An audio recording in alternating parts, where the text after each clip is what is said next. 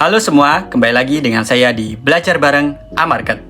Sebelum masuk ke materi, bayangkan seorang trader yang selama 30 tahun aktif tidak pernah sekalipun mencatatkan tahun minus. Seorang investor yang bisa menghasilkan return rata-rata 30% per tahun lebih konsisten dari Warren Buffett dalam jangka pendek. Dan orang yang sama ini pernah bersama George Soros menghancurkan Bank of England. Dalam satu hari trading, menghasilkan profit lebih dari 1 miliar dolar. Namanya adalah Stanley Druckenmiller. Dan di episode kali ini, kita akan membedah habis bagaimana cara dia membaca pasar, apa frameworknya, dan pelajaran apa yang bisa kita terapkan sebagai trader kripto dan forex. Yuk, mari kita bahas. Baik, siapa Stanley Druckenmiller?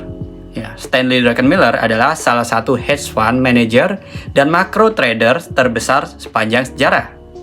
Lahir pada tahun 1953 di Pittsburgh, Amerika Serikat. Lulus dari Bowdoin College pada tahun 1975 dengan jurusan ekonomi dan bahasa Inggris. Dan memulai karir di Mellon Bank sebagai analis saham. Kemudian mendirikan Ducus Capital Management pada tahun 1981 yang ia kelola hingga 2010, menjadi kepala portofolio di Quantum Fund milik George Soros pada tahun 1988 hingga 2000. Bersama Soros, ia menjadi arsitek utama di balik Breaking the Bank of England pada tahun 1992. Short pound sterling senilai 10 miliar dolar yang menghasilkan profit 1 miliar dolar dalam semalam.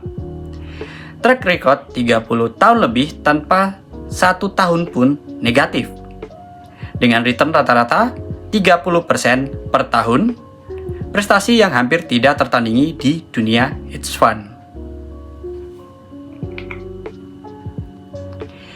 Selanjutnya, macro framework Druckenmiller. Druckenmiller adalah seorang global macro trader, artinya dia tidak fokus pada satu aset atau satu pasar saja. Dia membaca dunia sebagai satu ekosistem keuangan yang saling terhubung. Framework berpikirnya bisa divisualisasikan seperti lapisan piramida dari atas ke bawah. Layer pertama, makro global, Fed policy plus suku bunga plus money supply plus geopolitik. Kemudian di layer 2, kurva yield curve shape, normal, inverted, steepening. Kemudian di layer ketiga ada likuiditas pasar, kredit, kondisi perbankan, dolar index. Di layer keempat, sentimen pasar, risk on vs risk off, positioning institusi, COT report. Dan layer yang terakhir, layer kelima, asset selection, equity sektor, komoditas, currencies, crypto. Perhatikan urutannya, Druckenmiller selalu mulai dari atas. Kebijakan bank sentral, terutama The Fed, baginya suku bunga dan likuiditas adalah raja dari semua faktor pasar.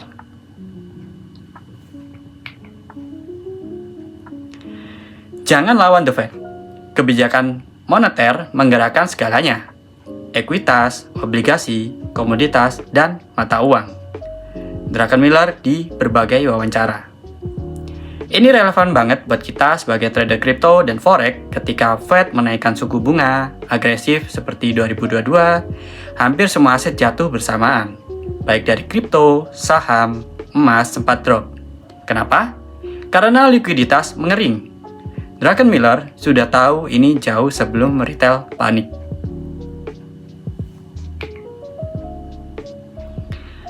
Kemudian selanjutnya 7 prinsip utama Druckenmiller. 7 prinsip utama yang membuat Druckenmiller menjadi trader terhebat di generasinya. Prinsip yang pertama, fokus pada likuiditas dan kebijakan moneter. Suku bunga dan money supply, sinyal terkuat pasar. Kemudian baca kurva yield, kurva inverted, sama dengan resesi, Steepening sama dengan ekspansi. Kemudian concentrate bets. Taruh semua di 1-3 ide terbaik, bukan diversifikasi lebar. Selanjutnya cut loss cepat. Ego harus dikesampingkan, jika salah keluar segera. Kemudian selanjutnya size matter.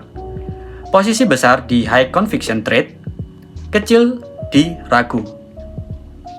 Kemudian multi asset view, equities, bonds, currencies, commodities sama dengan satu ekosistem.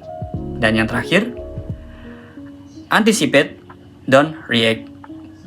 Masuk sebelum konsensus pasar 12-18 bulan ke depan. Yang pertama, fokus pada likuiditas dan kebijakan moneter. Druckenmiller percaya bahwa suku bunga dan kebijakan moneter adalah indikator terkuat untuk memprediksi arah pasar. Sebelum dia menganalisis chart atau fundamental perusahaan, dia selalu bertanya, apa yang sedang dilakukan bank sentral? Implikasi untuk kita, sebelum open posisi apapun, cek dulu kalender ekonomi, apakah ada FOMC, apakah ada perubahan stance Fed. Itu adalah konteks makro tertinggi yang harus kamu pahami.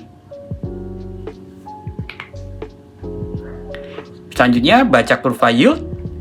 Yield curve atau kurva imbal hasil obligasi AS adalah salah satu indikator favorit Druckenmiller. Ketika kurva terbalik atau inverted, artinya yield jangka pendek lebih tinggi dari jangka panjang.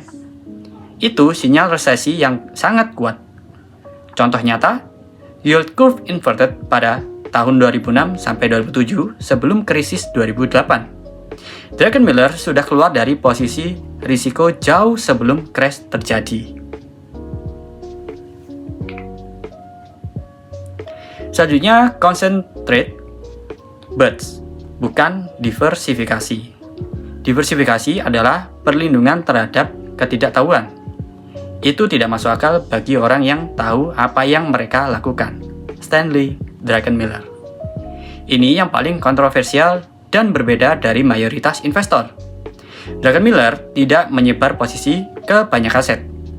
Ketika dia yakin dengan satu tesis makro, dia masuk dengan ukuran posisi yang besar, bahkan bisa 100% dari portofolio. Untuk trader, ini bukan berarti kamu harus all-in tanpa risiko manajemen. Tapi artinya ketika setup kamu sangat high conviction, jangan takut untuk sizing lebih besar dari biasanya.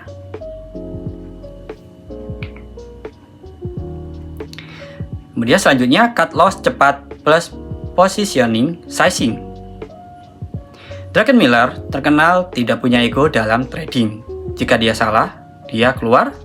Tidak ada wait and see, tidak ada nanti juga balik. Ini dikombinasikan dengan position sizing yang proporsional terhadap tingkat keyakinan. High conviction sama dengan posisi besar, low conviction sama dengan posisi kecil atau tidak masuk sama sekali.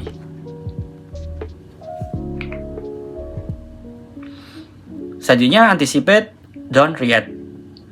Druckenmiller selalu berpikir 12 hingga 18 bulan ke depan. Dia tidak menunggu tren terkonfirmasi sepenuhnya, karena saat itu sudah terlambat. Dia masuk saat masih ada uncertainty. Berdasarkan analisis makro yang mendalam, inilah yang membedakan smart money dari retail. Retail bereaksi terhadap berita. Smart money sudah positioning sebelum berita itu menjadi public knowledge.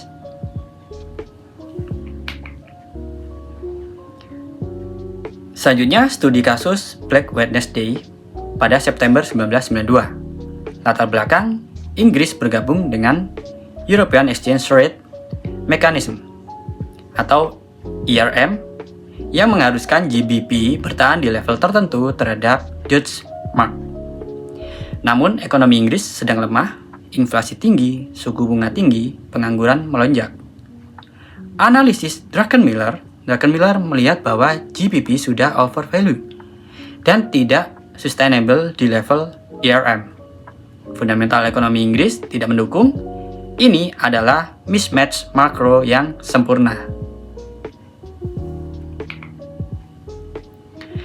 Eksekusi. Awalnya, Druckenmiller merencanakan short GBP sebesar 1,5 miliar dolar, tapi Soros meyakinkan dia untuk sizing lebih besar.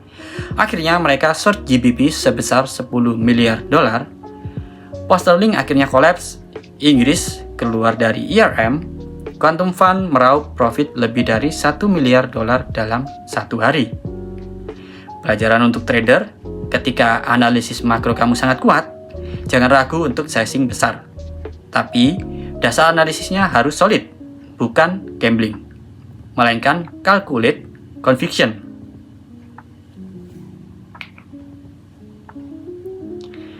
Selanjutnya, relevansi untuk trader kripto dan forex. Mungkin kamu berpikir, Druckenmiller kan main saham dan forex tradisional. Apa hubungannya dengan kripto? Jawabannya sangat relevan. Dari konteks makro, Fed naikkan suku bunga, dampak ke aset kita, USD menguat, Bitcoin atau ETH tertekan, XAU atau emas turun, pasangan major forex bergerak. Kemudian, Fed cut suku bunga, likuiditas masuk, risk on short, Bitcoin naik, EM currencies menguat.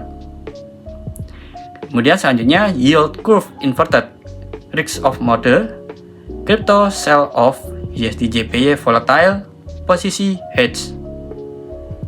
Kemudian selanjutnya, inflasi data tinggi, CPI, hawkish expectation, tekan aset risiko pendek sampai menengah.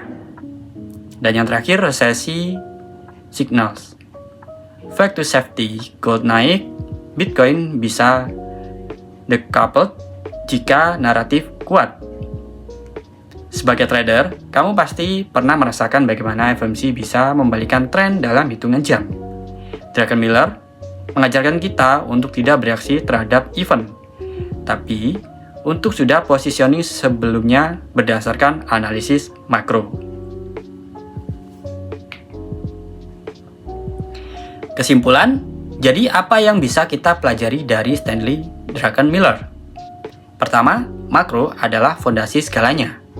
Sebelum kamu analisa chart, pastikan kamu paham konteks makronya. Kedua, concentrated bets. Bukan berarti ceroboh, tapi high conviction dengan risiko yang terukur. Ketiga, ego adalah musuh terbesar seorang trader. Cut loss cepat, kemudian move on. Dan yang paling penting, berpikir seperti Druckenmiller artinya berpikir 12-18 bulan ke depan, bukan besok atau minggu depan. Dan kutipan terakhir dari Stanley Druckenmiller, uang bukan dibuat dari trading setiap hari. Uang besar dibuat dari menunggu setup yang tepat, lalu bertaruh besar ketika waktunya tiba. Baik, sekian dulu untuk episode kali ini. Kalau kamu melihat video ini bermanfaat, jangan lupa klik like, subscribe, dan nyalain lonceng biar nggak ketinggalan video edukasi keuangan lainnya dari kami. Sampai bertemu lagi di episode Belajar Bareng A-Market selanjutnya.